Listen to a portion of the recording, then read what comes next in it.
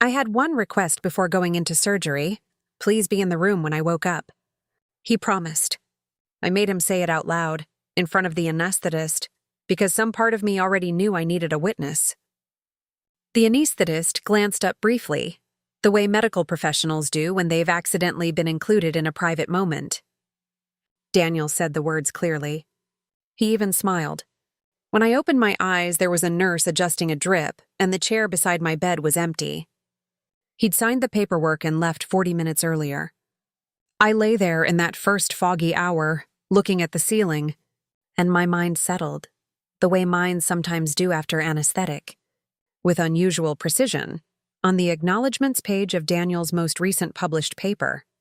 A paper I had read twice and never mentioned. He had thanked the Harlow Family Foundation by name. The Harlow Foundation had been funding his research for 6 years. He had never once asked who the Harlows were. My name is Eleanor.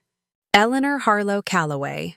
Though for most of my adult life, in every room that mattered, I have simply been Eleanor Harlow.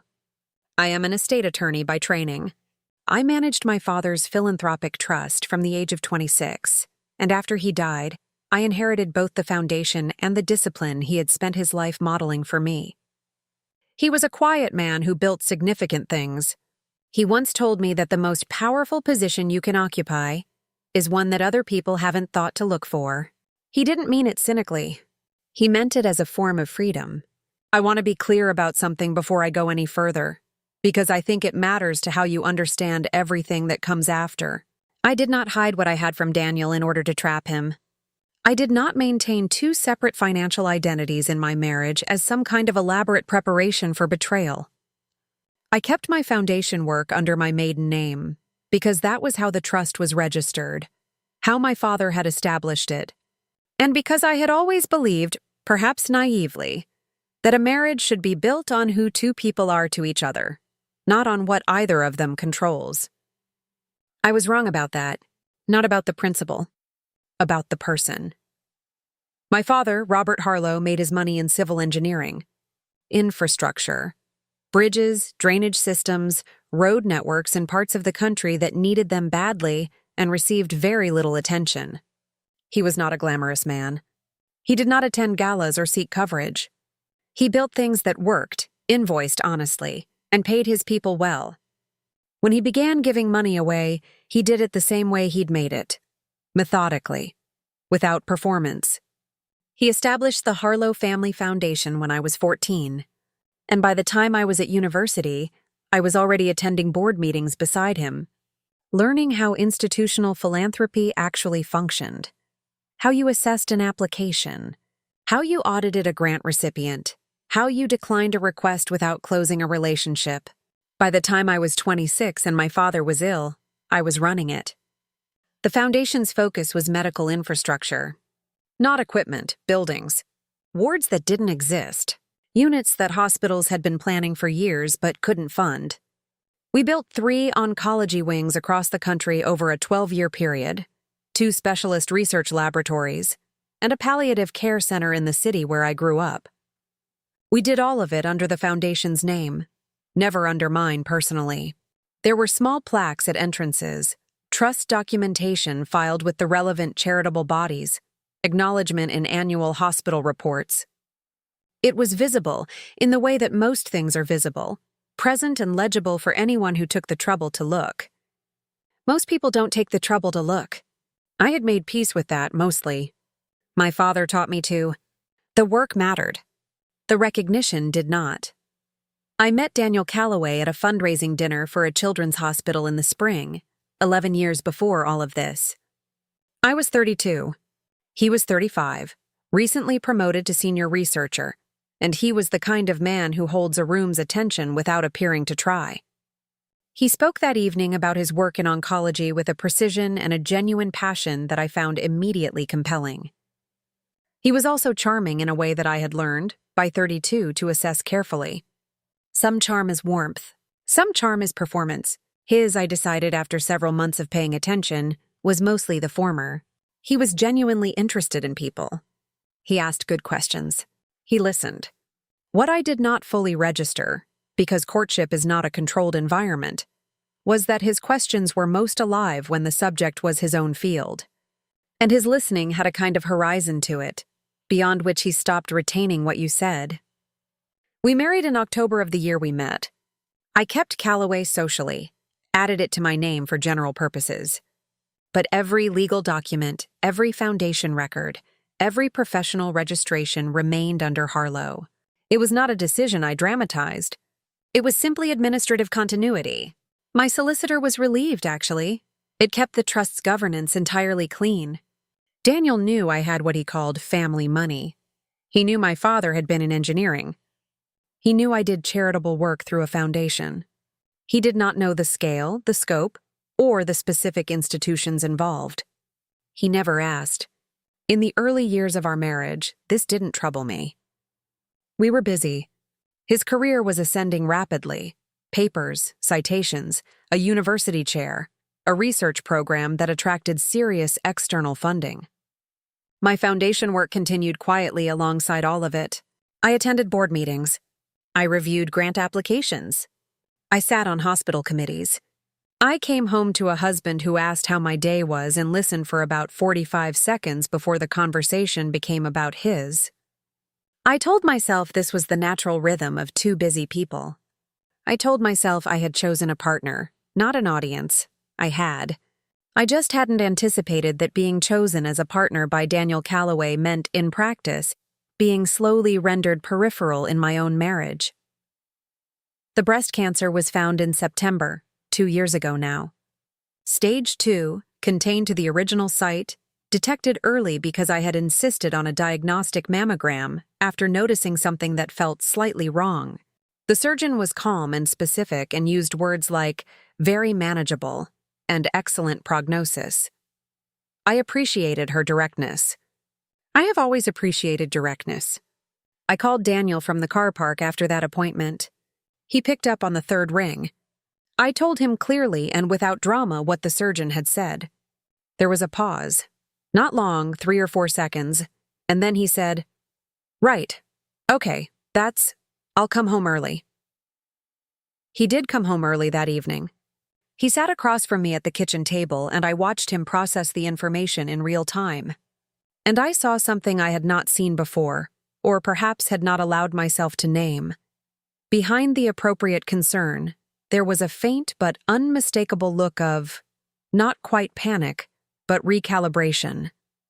As though he were running numbers quietly behind his eyes. I noted it. I said nothing. In the weeks that followed, small things changed. His phone, which had previously sat face up on the kitchen counter, migrated permanently into his jacket pocket. His return times from the university became irregular in a way that didn't match the pattern of any project deadline I was aware of. He began sleeping on his side, facing the window, which he hadn't done in years. I am an estate attorney. I am trained to notice what is absent from a document as much as what is present. What was absent from Daniel's behavior, from the moment I told him I was ill, was fear on my behalf. He was afraid of something, but it wasn't losing me. I did not confront this immediately. I am not impulsive by nature. I observed. I scheduled my preoperative appointments alone, which was straightforward enough. I had always been self-sufficient. I updated my own advance directive, reviewed the foundation's succession documentation, and informed my solicitor of my surgery date. I asked Daniel only one thing. The week before I went in, I sat down beside him after dinner and I said, "Please be there when I wake up." I said it quietly, without drama, because I meant it completely. He said, "Of course." He said it the way people say things when they haven't thought about them. I was wheeled into theater on a Tuesday morning. The procedure was just over 4 hours. When I came around in recovery, a nurse named Janet was adjusting my IV in the chair beside the bed, the chair I had specifically noted when I was admitted. The one positioned exactly where I had imagined Daniel sitting was empty. Janet told me when I asked that my husband had signed the standard next of kin paperwork and left just under an hour ago. She said it with the particular professional neutrality of someone who has delivered that information before. I thanked her. I looked at the ceiling for a while. Janet stayed nearby, which I appreciated. That afternoon, Daniel sent a text message. It said, "Urgent situation at the department, had to go back in. You're doing brilliantly. Call me when you're up to it." I read it twice. I put the phone face down on the blanket, which was something I had learned from him. On the second morning of my admission, I was awake early, watching the light change on the wall, when a woman I had never met knocked on my door. She was in her early 50s, composed, well-dressed in the way of senior institutional administrators, practical and authoritative at once. She introduced herself as Margaret Osei, Vice President of Donor Relations at Meridian General Hospital. Priya Mehta had worked as my personal assistant for 8 years. She was precise, discreet, and had the particular quality I most valued in the people around me. She understood the difference between what I asked for and what I needed, and she was honest enough to address both. 3 months before my surgery, I had asked Priya to begin documenting certain things, not because I had decided to act on anything, but because my instincts had been telling me something was wrong, and I am a lawyer, and lawyers do not make important decisions without evidence. I had asked Priya to cross-reference Daniel's stated calendar against his university's building access records, which were technically public under the institution's transparency policies. I had asked her to flag any financial patterns on our joint account that seemed inconsistent with his stated schedule. Priya had not done this eagerly. She had done it carefully, and she had kept what she found in a secure file until I was ready to look at it. I asked for the file that second evening in hospital. She sent it to my encrypted email within the hour. I read it slowly, with my reading glasses on and the overhead light adjusted, the way I read any document that required serious attention. What the file contained was this: 14 months of hotel charges on Daniel's university corporate card, billed under conference and professional development codes, at hotels in the city where we lived, which is not where you charge a conference hotel. 3 months of evening calendar entries marked lab late data session that the university building's electronic access records showed no entry for after 6 p.m.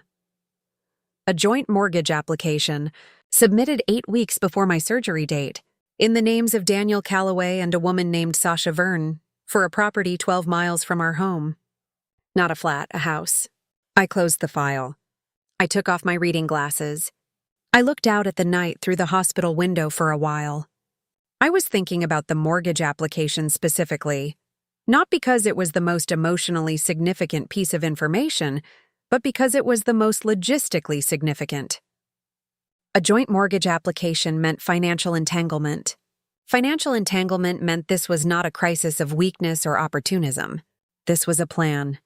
He had made a plan for a life without me while I was scheduling surgery. I want to be precise about what I felt in that moment, because I think precision matters. I did not feel rage. I did not feel the particular sharp grief of a sudden betrayal. What I felt was a kind of deep, clarifying sadness, the sadness of a confirmation, of understanding, fully, what had been happening in the spaces my willingness to trust had created. And underneath the sadness, something else. The same thing I had felt at 26, sitting beside my dying father, reviewing the Foundation's governance documents and understanding exactly what I was responsible for. Steadiness. The capacity to act carefully in circumstances that would break other things. I put the file in my personal folder. I turned off the light.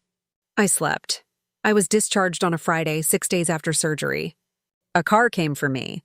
Daniel had offered to collect me, but I had told him the discharge time was uncertain and not to rearrange his schedule, which was not entirely a lie and also not entirely the reason.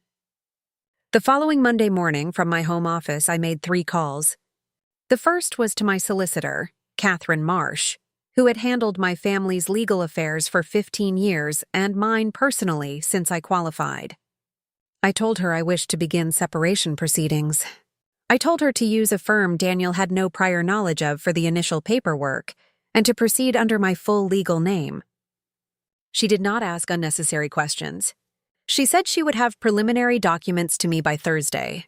The second call was to my foundation's grants director, a man named Owen Fairley, who had managed the day-to-day operations of the Harlow Foundation for 7 years. I told Owen that I wanted to place the annual research grant renewal for the Callaway program at Meridian General on formal review, pending a governance audit of our entire medical research portfolio. I told him this was in line with a board recommendation we had discussed the previous quarter, which was true. We had discussed tightening our audit processes across all grant relationships. 4 institutions were scheduled for review that cycle. The Callaway program was the 5th edition. I told Owen nothing about Daniel. I didn't need to. Owen is thorough. The review process would be exactly what it appeared to be: legitimate, defensible, documented, and entirely in keeping with the Foundation's published governance standards. No one examining it from the outside, no board member, no lawyer, no journalist, would find anything other than institutional due diligence. The third call was to Priya. I asked her to begin compiling a comprehensive asset summary for Catherine's use in the financial disclosure process. Everything under the Harlow name, every trust document, every deed, every year of grant distribution, all of it, clearly organized, ready for when it was needed. Then I made a cup of tea. I sat in my father's reading chair, which I had moved into my study after he died, and I looked at the garden for a while. I was not planning a confrontation. I was not building toward a dramatic moment. I was simply doing what my father had taught me to do, proceeding methodically, in order, with evidence in hand, without malice and without hesitation. Daniel came to the house that same week, a Wednesday, ostensibly to check on my recovery. He brought soup from the deli I liked, which was a considered choice. He had remembered, or perhaps re-remembered, that it was my preference. He sat in the kitchen and told me about his week while I ate, and he was warm and attentive in a way that reminded me, not pleasantly, of who he had been in the early years of our marriage. Near the end of the visit, I mentioned, in the same tone I might use to discuss any administrative matter, that I had spoken with Owen Fairley at the Foundation that week. That we were conducting a routine review of our medical research grants portfolio, and that a number of programs, including one at Meridian, would be entering a formal assessment period over the coming months. I watched Daniel's face. He processed this for 2 or 3 seconds in a way that he thought was invisible. He knew the Callaway program at Meridian received external funding. He had never investigated which foundation provided it.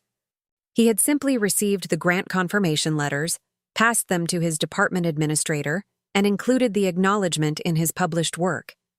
The name Harlow had appeared in his professional life for 6 years without ever becoming a question he felt compelled to answer. He said, "Right, yes. I think the department has a renewal coming up around now, actually. Is that the kind of thing that affects approved programs?" I said it applied across the board, and that Owen's team would be in touch with all relevant contacts in due course. He nodded. He helped me carry the soup bowl to the sink. He said I looked well. He left. I stood at the kitchen window and watched his car disappear around the corner. He still hadn't asked. The formal review notification reached Daniel's department chair, Professor Gerald Okafor, 6 weeks later. It was a standard letter, politely worded, explaining that the Harlow Foundation was conducting a governance review of all active medical research partnerships and that disbursement of the coming cycle's grant funding, £340,000, would be paused pending completion of the assessment process. Gerald Okafor was a careful and experienced academic administrator. He understood immediately that paused was not the same as canceled, but he also understood that £340,000 in suspended funding created a significant operational problem. He called an urgent meeting of his research team. He assigned a member of staff to begin the process of identifying alternative funding sources as a contingency. Daniel attended that meeting. He was, by all accounts, and I heard accounts because the academic world in our city is not as large as it sometimes imagines itself to be, visibly unsettled. His research program employed 4 junior researchers and 2 postdoctoral fellows. The funding supported all 6 of their positions, as well as the laboratory running costs for an entire calendar year. He began making calls. He contacted research councils, explored university bridge funding, reached out to 2 pharmaceutical companies he had worked with as a consultant. None of these conversations moved quickly enough. Research funding is slow to mobilize when it isn't already in motion. Someone in his department, I don't know who, suggested he approach the Harlow Foundation directly about the timeline for the review. A cold outreach, a direct appeal, explaining the staffing implications and requesting an expedited assessment. The application landed on Owen's desk on a Thursday afternoon. Owen forwarded it to me, as he forwarded all direct communications from current grant partners during the review period, with a brief note. This one came in directly from a Dr. Calloway at Meridian. Marked urgent. Your call on how to handle. I read the application in full. It was well written. Precise, clearly structured, making a compelling case for the program's research value and the reputational damage that a prolonged funding gap would cause. He had attached the most recent published outputs, the junior researchers' CVs, a breakdown of how the funds were allocated. He had done everything right professionally. He had addressed the letter to the Harlow Foundation's Grants Committee. He had not addressed it to me because he did not know to address it to me. My name was not on the correspondence address he had been given. My name was listed clearly in the Foundation's published governance documents, as chair of the Grants Committee, as primary trustee, as the signatory on every major funding decision the Foundation had made for the past 9 years. He had never read those documents. I sat with his letter for a long time. Then I wrote a reply. Not personally, but through Owen, as was procedurally correct. The reply confirmed that the review was progressing and that a decision on the current cycle's funding would be communicated within 30 days. It was signed from the Foundation's administrative office. 30 days later, the committee, myself, 2 independent trustees, and Owen in an advisory capacity met and made a decision.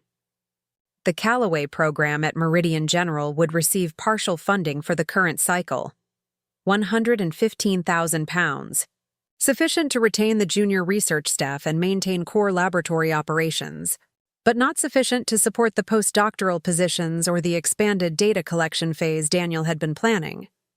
It was a proportional decision. The review had found no misconduct.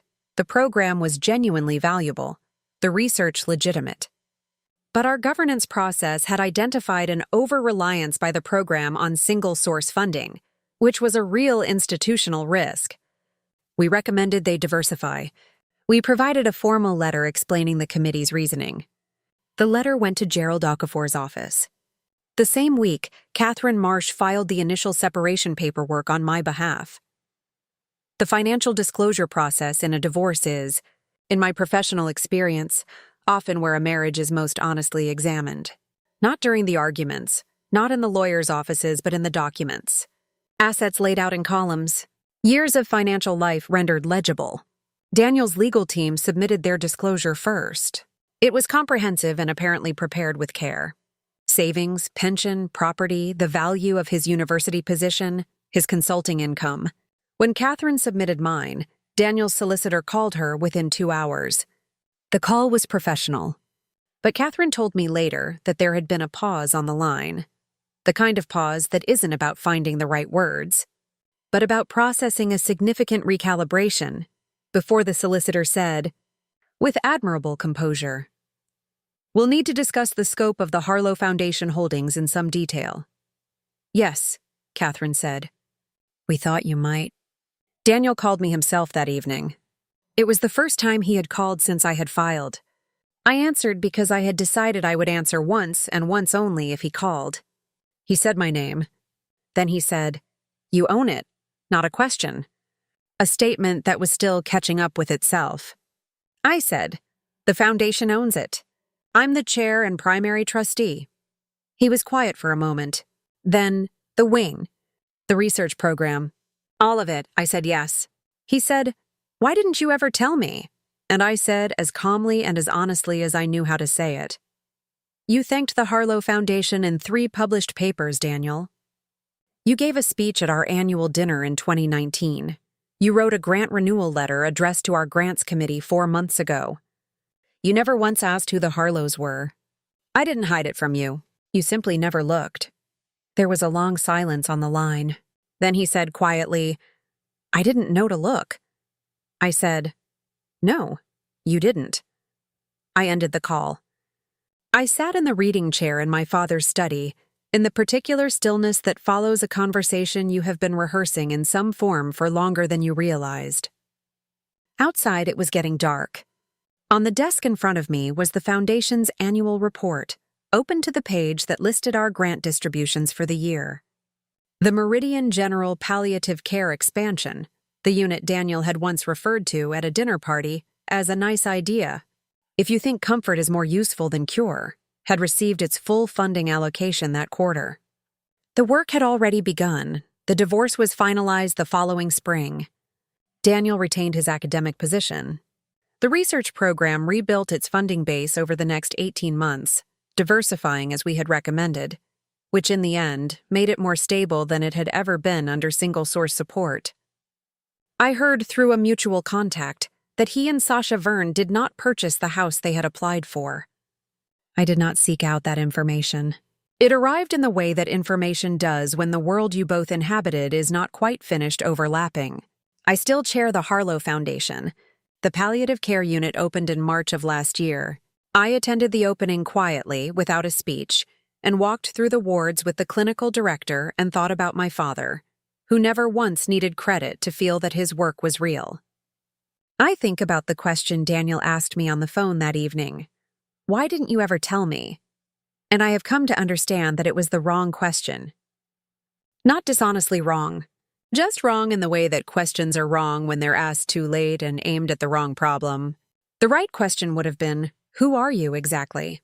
Not once, at the beginning, to satisfy a first conversation's curiosity, but across 11 years, with genuine and repeated interest.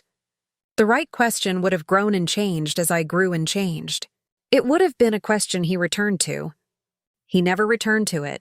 What I know now is that a person who never asks who you are has already answered a more important question.